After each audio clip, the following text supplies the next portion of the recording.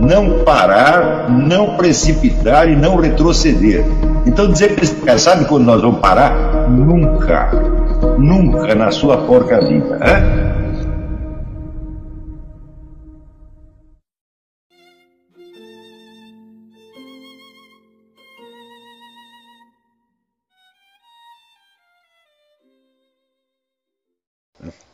Então, ninguém escapa facilmente a essas coisas. A gente precisa de um certo tempo para meditar e perceber o que está acontecendo. Note bem, quando a pessoa é jovem, ela não tem substância biográfica. Quer dizer, não aconteceram coisas suficientes na vida. Ou, se aconteceram, ela não parou para pensar o suficiente. Porque pelo próprio fato do interesse que a pessoa jovem tem na vida presente, faz com que ela desvalorize facilmente aquilo que se passou com ela alguns anos antes e não pense muito naquilo. Então,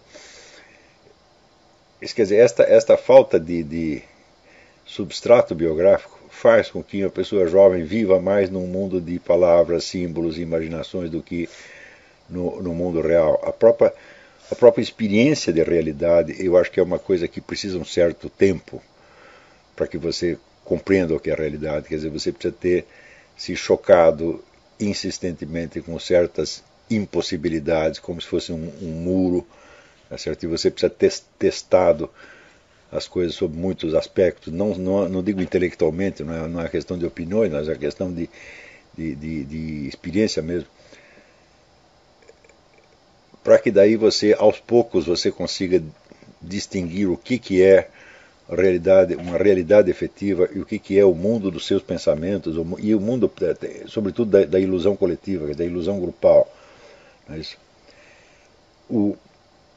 As pessoas que se dedicam às ciências naturais, elas adquirem um certo treino nisso, porque a observação do mundo físico, né, acaba ensinando para elas que as coisas se passam de determinadas maneiras objetivamente,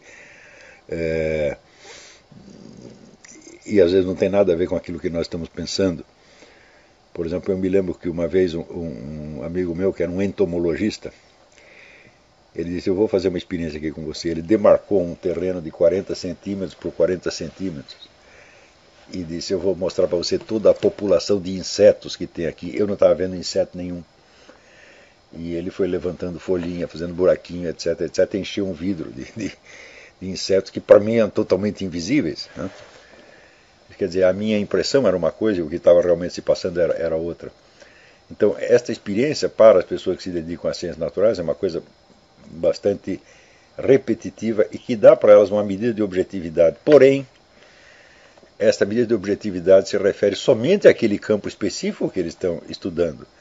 Então o sujeito pode ser muito realista no que diz respeito a insetos ou a pedras, tá certo? E continuar raciocinando como um perfeito maluco em matéria de história, relações humanas, etc, etc. No campo, já quando nós nos referimos ao campo da experiência humana propriamente dito, da história, das ciências sociais, etc., então aí só a passagem do tempo e a meditação repetida sobre a substância da sua experiência biográfica é que vai aos poucos destacando diante dos seus olhos certas constantes da realidade, certas exigências da realidade que não tem nada a ver com as nossas expectativas, com os nossos pensamentos, etc, etc. Então, de certo modo, descobrir a dimensão de realidade é uma experiência muito valiosa, muito, de certo modo, até reconfortante. Né? Mas eu acho que ela, para pessoas jovens, ela só é acessível mediante um esforço deliberado. Né? Uma das maneiras de fazer isso é o experimento imaginário de você se colocar em outros papéis que não são o seu. Tá certo? Você tentar ver as coisas exatamente como outra pessoa vê. Não só no sentido de argumentar mentalmente em favor do que ela diz, mas no sentido de tentar realmente se impregnar das percepções que ela tem, quer dizer, imaginar como ela, sentir como ela. E Isso implica que, por momentos, você coloca entre parênteses a sua consciência de eu, e você adquire de fato um outro eu por momentos. Essa experiência é extremamente arriscada, tá certo? Mas sem ela, acho que você não chega a compreender nada das coisas humanas, né? Eu aprendi um pouco com isso, graças, eu já contei a vocês, o negócio do método Stanislavski, mas nem o método Stanislavski basta, porque no caso do método você está treinando apenas para representar um papel no palco, e não é disso que eu estou falando. Quer dizer, aí não há papel nenhum a representar, não há teatro algum, você está realmente na vida tentando se identificar com uma outra pessoa, pensar como ela, imaginar como ela, sentir como ela, querer como ela, tá certo? E daí pode aparecer a pergunta, bom, como é que você tem a certeza de que você vai voltar a ser você mesmo depois, né? Bom, esta é uma das experiências que nos dão a medida do que é realidade, porque você volta a ser você mesmo necessariamente. Quer dizer, a própria situação externa te compele a ser você mesmo e compele você a voltar a declarar para você mesmo aquilo que você realmente sente e que é diferente daquilo que sente o personagem que você está incorporando durante aqueles momentos. Pode perguntar também, mas não existe um perigo de contaminação, né, em erros, ilusões, loucuras, pecados, etc, etc. E é claro que existe.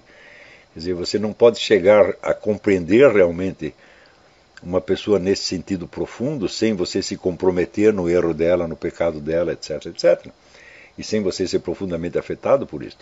Porém, se você quer manter as suas mãozinhas sempre limpas, você não vai aprender absolutamente nada. Então, numa época como a nossa, de tanta confusão, e onde você praticamente não tem autoridade a qual recorrer, tá certo? Você não tem uma instância na qual você pode confiar, às vezes não se pode confiar nem na alta hierarquia da igreja, você confia e eles vão pelas suas costas e assinam o pacto de Metz, né? Então você não sabe mais a quem recorrer. Então a necessidade de você encontrar dentro de você mesmo e por sua própria conta um senso de orientação é extrema, é uma coisa urgente, tá certo? O que significa que uma das principais necessidades humanas, que é de você encontrar um grupo de referência que o apoie e do qual você se sinta participante, quer dizer, esse sentimento de participação, nós vamos ter que abdicar disso aí. Tá certo? Claro, nós podemos participar de um grupo como o nosso, que é um grupo de investigação, não é um grupo que tenha, vamos dizer, um programa, crenças estabelecidas, vamos dizer, normas morais prontas. Isso é o máximo que nós vamos conseguir, mas muitas pessoas, quando começam a estudar, elas têm a esperança de encontrar, vamos dizer, um grupo, uma instituição, um partido, uma igreja, a qual possam, vamos dizer, se filiar e encontrar ali como se fosse a sua casa. Tá certo? Quer dizer, deixar de ter este sentimento de exílio e marginalidade que todos nós temos. Então, o que eu sugiro é que você perca essa esperança de uma vez para sempre. Tá?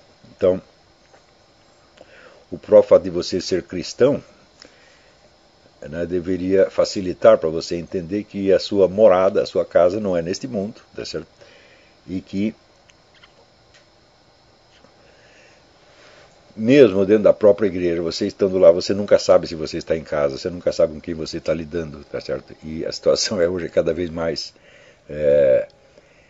escorregadia nesse sentido. Então,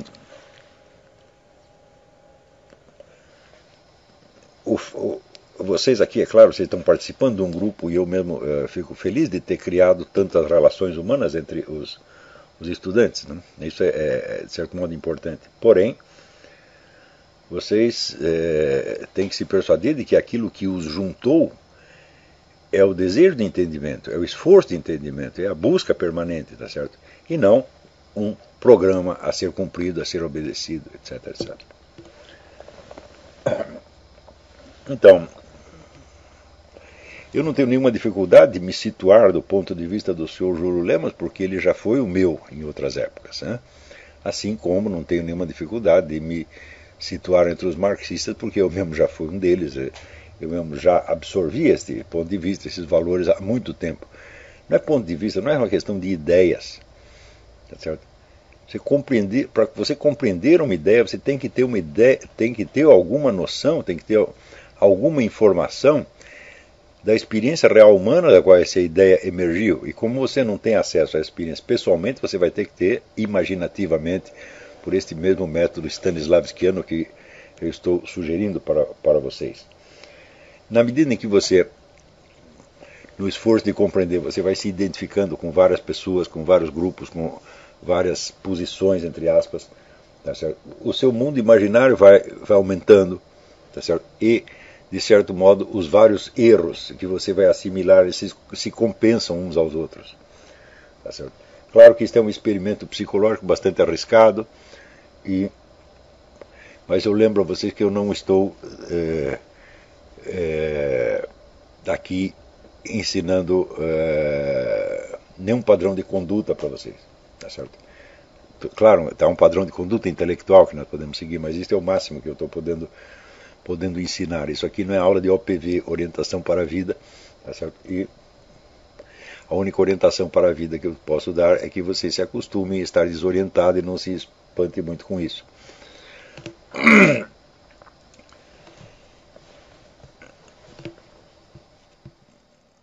Então, eu vou ler esse texto. E aí, pessoal, tranquilo? Então, se inscreva no canal, compartilhe, comente, ajude nosso canal. Os links estão na descrição do vídeo. Você pode participar pelo Apoie-se, pela vaquinha. Qualquer forma de ajuda será muito bem-vinda. Pode curtir, comentar e compartilhar também para ajudar nosso canal. Quem quiser seguir a gente nas redes sociais, estão todas aí na descrição do vídeo. Muito obrigado, sempre com Deus, pátria, família e liberdade. Tamo junto, forte abraço.